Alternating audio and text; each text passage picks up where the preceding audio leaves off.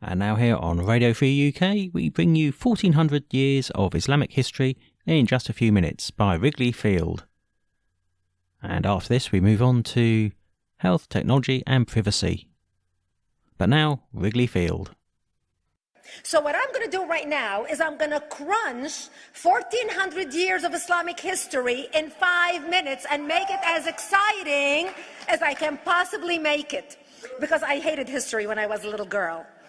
At this age, I appreciate history. And now I understand why they say those who don't learn from history are doomed to repeat it.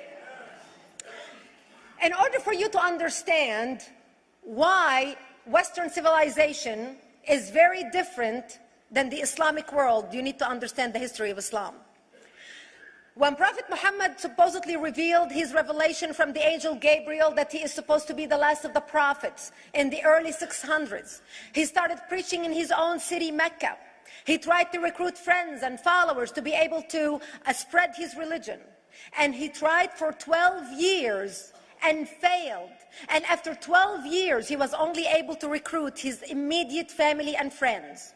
So he decided, if I go to Medina, which was the Jewish hub of Arabia, the business hub where the Jews lived, if I go there and preach my religion to them, if they accept me, that will buy me respect and stature between my own people and they will accept me. So Prophet Muhammad started borrowing a lot from the Old Testament to make his religion more palpable to the Jews, to make it a lot similar. This is why you see a lot of similarities between Judaism and Islam. For example, Jews don't eat pigs, Muslims don't eat pigs. Jews pray a few times a day, Muslims pray a few times a day. Jews fast on Yom Kippur, Muslims fast on Ramadan. And this is why you started seeing a lot of good writing in the beginning of the Quran when Prophet Muhammad was saying all the good things about the people of the book. He took his message and went to Medina trying to recruit the Jews, talking about the people of the book, talking about how similar the two religions are. When they refused to accept him and follow him as the last of the prophet, that's when he turned against them and started killing them and started expelling them. That's when Islam went from a spiritual movement for the first 12 years of Islam into a political movement cloaked in religion after the year of the Hijrah, after Muhammad went to Medina and the Jews did not accept him.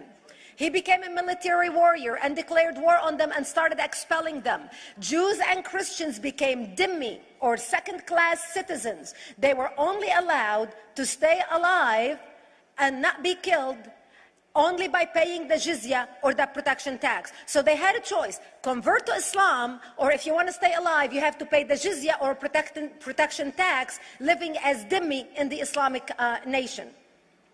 Christians and Jews could not ring church bells. Jews could not blow the shofar. Christians could not ring church bells. They could not pray publicly. Christians and Jews could not gather together and build new churches or new temples. And the way they paid the jizya or the protection tax was in a monthly ceremony where they would get together downtown and the Jew would kneel on his knee and hand his goods to the mullah, who would take the goods as the price for buying the protection. And in many areas, Jews and Christians were given necklaces to wear as a receipt that they paid their jizya or their protection tax. Jews considered najis under Islam. Najis is bodily fluid. Najis is garbage. Najis is dogs. Najis is dirty. So Christians and Jews were treated as second-class citizens. Islam continued to grow. As Islam grew, more people became dhimmi or second-class citizens. Jews and Christians were given identifiable clothing. The yellow star, which was given to the Jews that most people think is a German invention. It was actually an Islamic invention in the 9th century in Iraq by the second Khalif al-Mutawakkil of Iraq, who invented the yellow star for the Jews to be identified as they walked down the street. Because Jews were considered najis, if a Muslim man or a Jew walked on the same side of the street, the Jew had to cross the other side so the Muslim man can walk, so he's not dirtied by the filth of the Jew. Christians were given the zunnar, the belt, which most of you men are wearing right now. That was an Islamic invention for the Christians. Islam continued to grow. They went all the way to Jerusalem. They conquered Jerusalem. Christians couldn't ring their church bells in Jerusalem. The Pope in Rome in 1090 told the Christians, how could you sit idly by and allow your brethren to suffer like this in the Holy Land? You need to go liberate the Christians. You need to go help the Christians. That's why the Crusaders were launched. The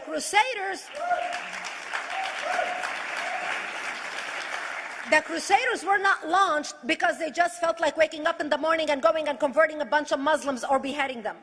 The Crusaders were launched to liberate Jerusalem. And they were able to liberate Jerusalem for less than 100 years before Salah ad-Din al-Ayyubi, Saladin, took it back, and Jerusalem remained under Islamic control until 1967, when the State of Israel liberated Jerusalem, where Christians, Jews, and Muslims could pray under the same sky.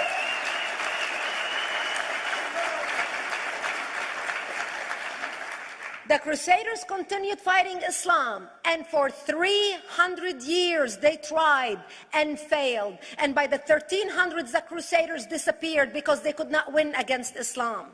Islam continued to expand. They went all the way to Central Europe. They went all the way to China. They went to India. They conquered Spain. They changed the name of Spain from Spain to Andalusia.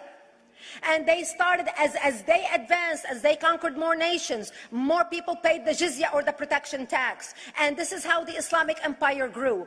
It went all the way until they was stopped at the gates of Vienna on 9/11.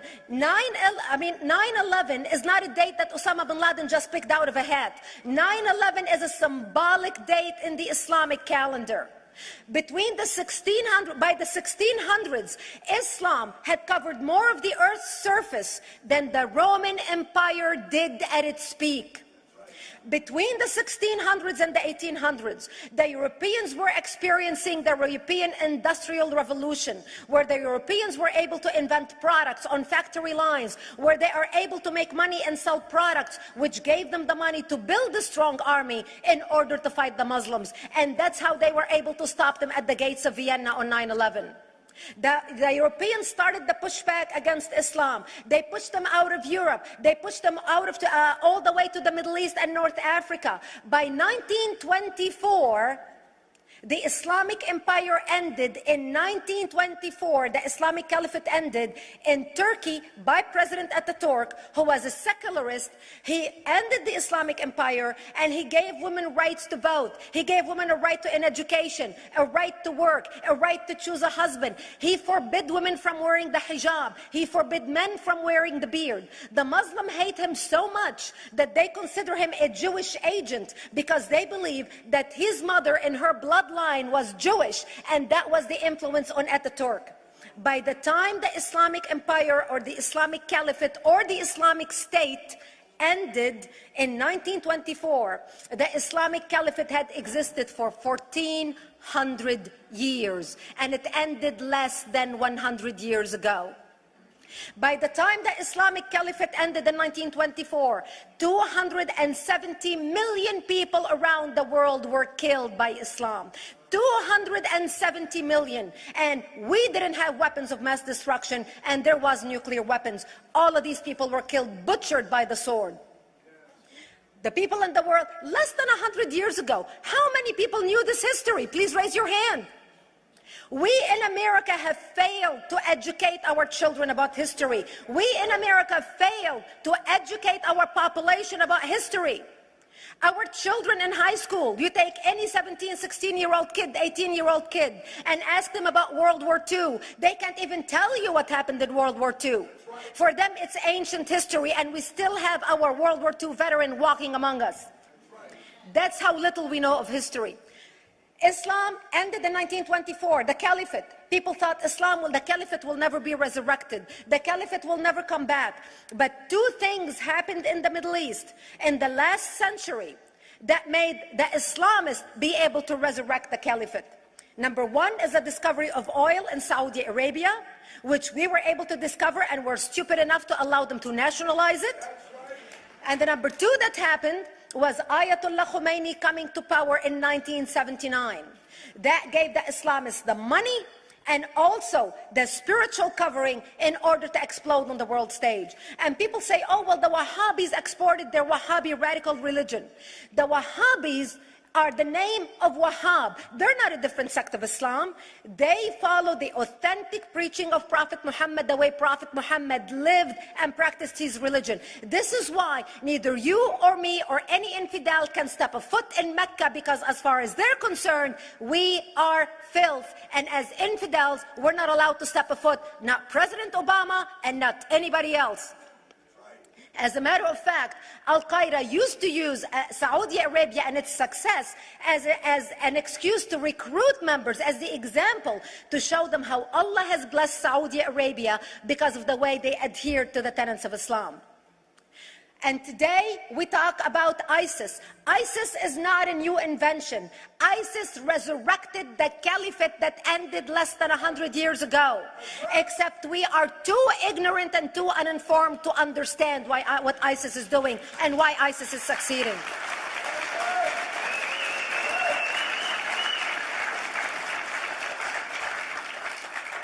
Two things you need to understand about Islam and the principles of war in Islam.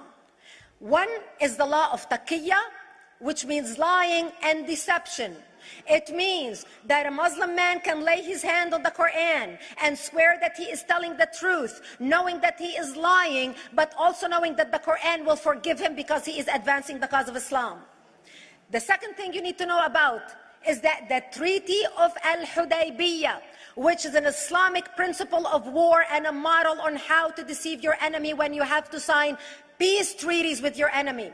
And it is based on an example by Prophet Muhammad. Prophet Muhammad was attacking the Meccans and their caravans when he was living in Medina. One day he attacked them because this is how he got the goodies. He would attack them, rob them, and spread the goodies among his men. And this is how he was able to recruit, because this is how people made money without working. And so he attacked the Meccan caravans. When he realized he's not able to defeat the Meccans in that city of Al-Hudaybiyah, in that place, he signed a 10-year treaty with them. Does that sound familiar? A 10-year treaty with them that says he will not attack them, he will have peace with them, he will not declare war on them.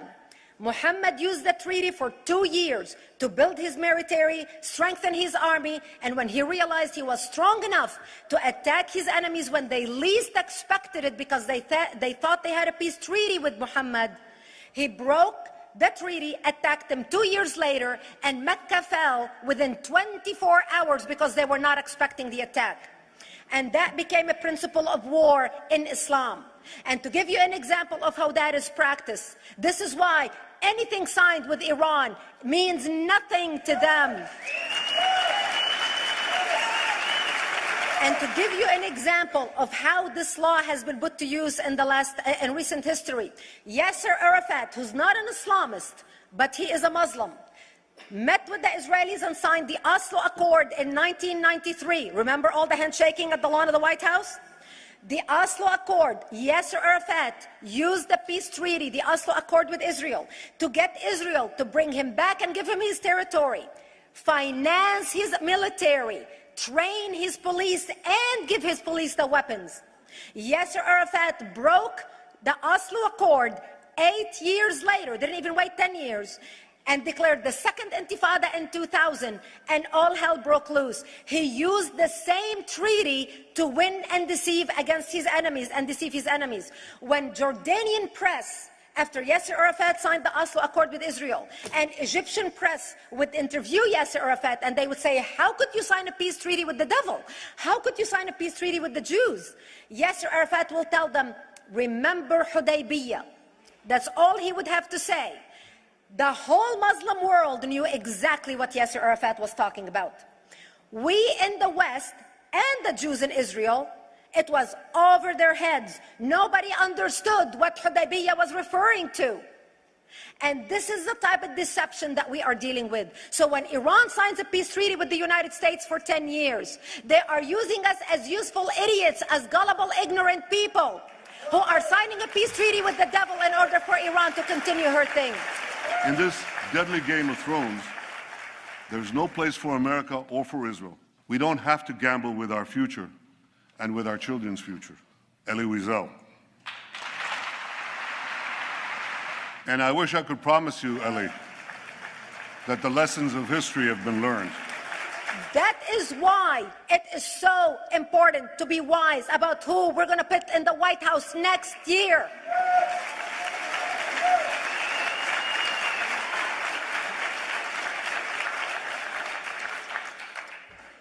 This is why it is very important that whoever we're going to elect next year to office, that the next president be well informed about the history of radical Islam, understand our enemy, understand what ISIS is all about, understand what their end goal is. And this is exactly, people are wondering how come ISIS is having such success recruiting people from all over the world. They exploded all over the world.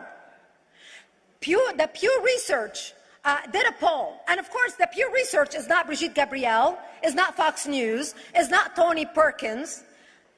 The Pew Research did a poll in 2013 when they went around the world and interviewed Muslims from Islamic countries all over the world. And they asked them two questions. Would you like to have Sharia law as the law of your country? And would you like to see the Islamic Caliphate? And remember, this was in 2013, before ISIS. The 5 top countries in the world, in the Islamic world, the 5 top Islamic countries: Indonesia, 204 million Muslims; Indonesia, Pakistan, Egypt, Nigeria, and Bangladesh. 77% of Muslims interviewed in these Islamic countries, 77% want the establishment of Sharia law and want the establishment of an Islamic state. That means 77% of the world, quote, moderate Muslims agree with the establishment of ISIS and what ISIS is doing.